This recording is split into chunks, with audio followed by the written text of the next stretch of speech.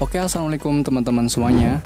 Kita akan melanjutkan pembahasan kita di pemrograman C++. Video kali ini kita akan membahas tentang faktorial, teman-teman.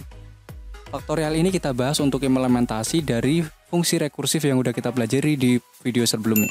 Sebelum kita nanti menerapkan si rekursif itu dalam menghitung sebuah faktorial dari sebuah bilangan, teman-teman, kita akan bahas dulu nih, faktorial itu apa? Bagaimana kita menghasilkan suatu nilai dari sebuah proses faktorial? So, daripada kalian penasaran, simak saja videonya sampai selesai. Langkah awal seperti biasa, teman-teman, kalian buka untuk compilernya. Kita di sini buat file baru. Kita ketikkan dulu untuk file header kita. Yang pertama kita include iostream.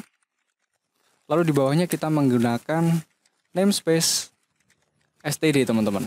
Seperti ini kita save dulu, kita kasih namanya faktorial seperti ini. Oke. Ya, bagi kalian yang belum tahu apa itu faktorial, kalau versi kita di sini untuk faktorial itu kita akan mengalihkan bilangan secara decrement, teman-teman.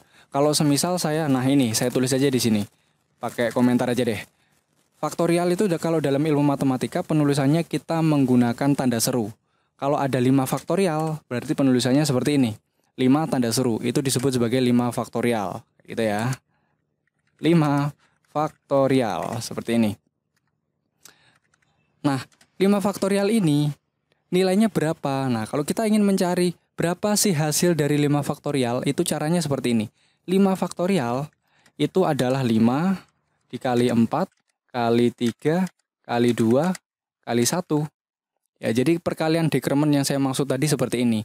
Kita mengalihkan bilangan 5 itu dengan bilangan dirinya dikurangi dengan angka 1 sampai bilangan itu kurang dari atau sama dengan 1 kayak gitu. Jadi nggak sampai 0. Kalau kita sampai 0 nanti percuma, teman-teman. 5 faktorial kalau perkaliannya sampai 0 nanti otomatis hasilnya 0 kayak gitu ya. Ya, jadi 5 faktorial itu adalah 5 kali 4 kali 3 kali 2 kali 1 kayak gitu. Nah, karena dia ini bilangannya berurutan kayak gini, kita bisa memanfaatkan rekursif untuk mencari nilai dari faktorial ini, teman-teman. Nanti kita akan coba praktekkan. Kita akan lanjut untuk faktorial ini kita terapkan di dalam fungsi rekursif. Caranya gimana nih? Pertama-tama kalian buat dulu, teman-teman, untuk fungsi rekursifnya. Di sini saya buat menggunakan tipe data integer. Fungsinya saya kasih nama menjadi faktorial. Seperti ini. Di dalam fungsi faktorial ini, saya nanti perlu sebuah parameter. Parameternya itu saya pakai buat menentukan saya mau cari berapa faktorial nih, kayak gitu ya.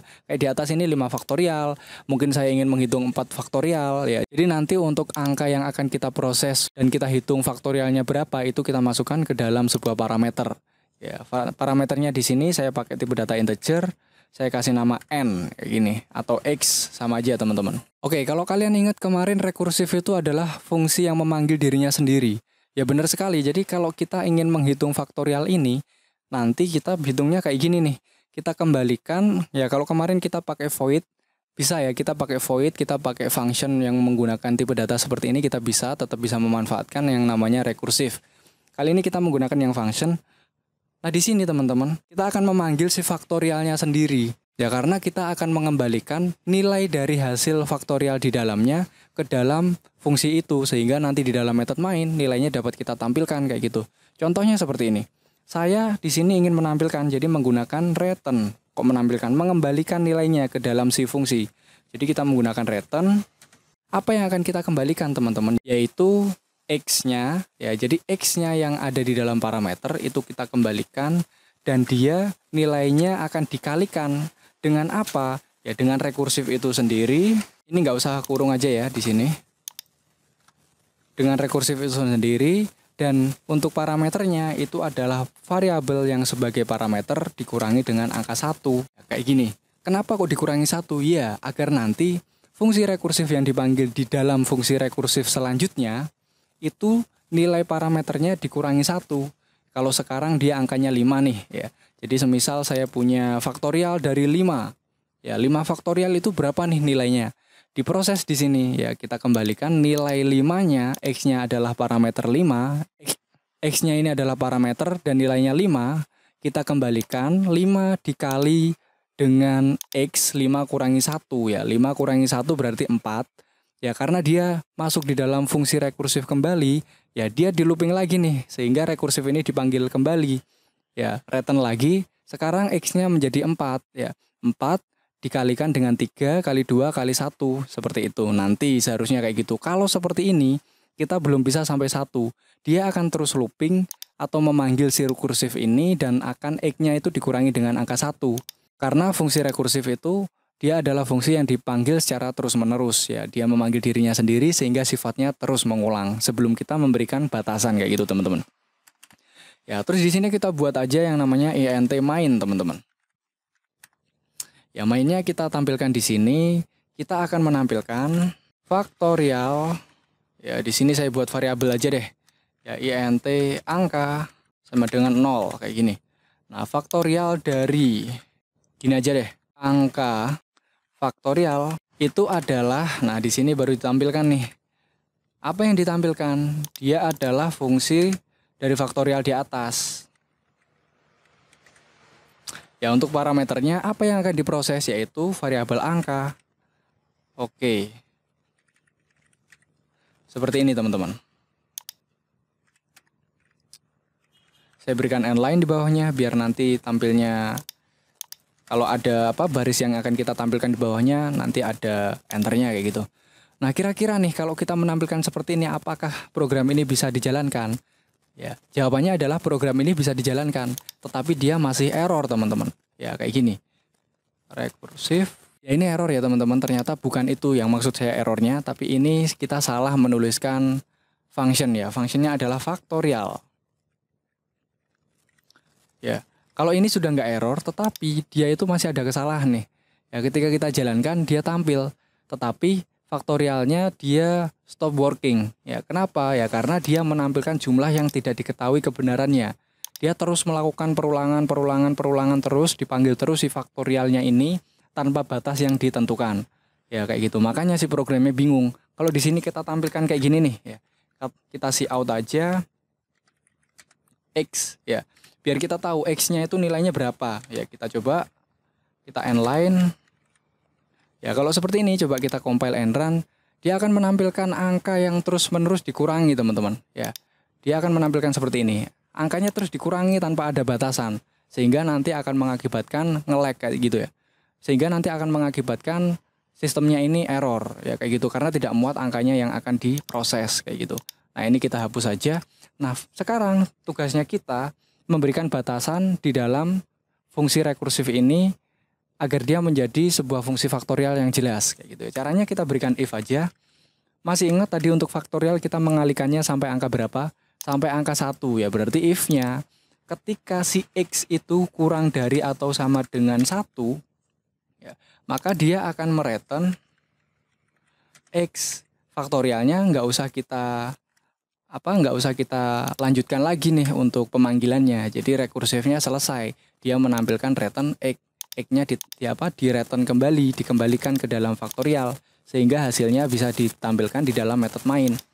Nah, selanjutnya untuk yang ada rekursifnya ini kita berikan di else-nya. Ya, apabila ternyata nih si X itu masih belum kurang dari atau sama dengan 1, ya dia akan terus melakukan proses faktorialnya ini, teman-teman, kayak gitu. Nah, seperti ini kita coba compile and run. Ya, hasilnya seperti ini. Oke, 0 faktorial sama dengan 0. Oke, benar ya, karena 0 kali 0 ya 0 kali min 1 ya tetap 0 kayak gitu ya. Sekarang kita ubah nih, saya akan menghitung faktorial angka 5. Kita save. Coba hasilnya berapa? 5 faktorial adalah 120. Coba hitung, teman-teman. Atau pakai angka yang lebih kecil dulu deh. 3 faktorial biar kita enak ngitungnya. 3 faktorial itu berapa? Ini. 3 faktorial adalah 6. Kita cek. Ya, 3 faktorial 3 kali 2 kali 1. 3 kali 2 6. Ya, 6 kali 1 hasilnya 6. Benar ya, teman-teman? Jadi untuk berapa tadi? 6 faktorial. 6 faktorial. 3 faktorial itu hasilnya 6. Oke, mantap. Sekarang kita cek, semisal saya ingin menghitung 6 faktorial. Ya, kita coba compile and run, hasilnya seperti ini.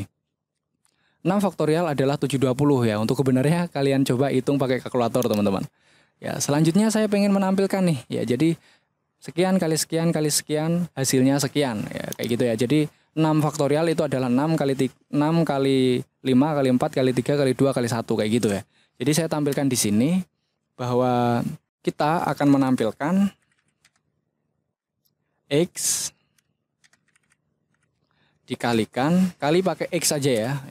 X dikalikan, dan dia akan dilanjutkan di sampingnya. Kayak gini aja. Coba kalau kita tampilkan kayak gini, nanti mungkin angka satunya belum ada ya. Berarti di sini angka satunya ya kita coba dulu deh. 6 faktorial itu 6, nanti mungkin mentok sampai 2 ya di sini.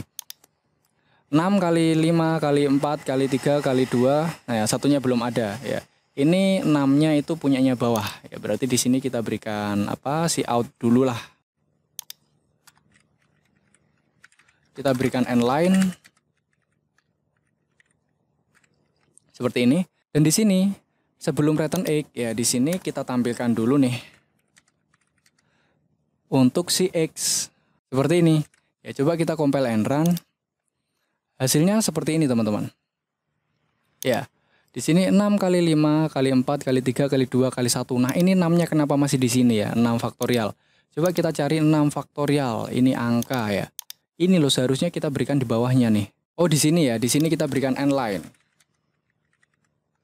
Ya, kita berikan end line setelah menampilkan angka 1 ya. Jadi hasilnya seperti ini, teman-teman. Oke. 6 kali 5 kali 4 kali 3 kali 2 kali 1 hasilnya ini 6 faktorial adalah 720. Oke. Ya, untuk penampilannya silakan kalian tata sendiri ya sesuai dengan keinginannya kalian. Nah, sekarang saya pengen mengubah nih agar si variabel angka itu kita menggunakan inputan keyboard, teman-teman ya. Jadi saya menggunakan seperti ini, angka dia adalah variabel kosong. Kita outkan di sini ya. Ya, bentar biar agak ke bawah. Ya, di sini kita out angka ya, kita berikan seperti ini, baru kita in-kan terhadap variabel angka. Ya, setelah itu baru diproses. Kita coba compile and run. Ya, angkanya 3. Oke. 3 kali 2 kali 1, 3 faktorial adalah 6, bener ya. Sekarang kita compile and run sekali lagi. Oke, angkanya semisal 7 ya. 7 ya, 7 faktorial hasilnya adalah 5040 kayak gitu ya. Ya, coba kalian cek nilainya apakah benar, teman-teman. Ya, mungkin itu teman-teman pembahasan kita tentang faktorial. Kita memanfaatkan si fungsi rekursif dalam menghitung faktorial dari suatu bilangan. Semoga bisa menjadi bahan belajar untuk kita semuanya.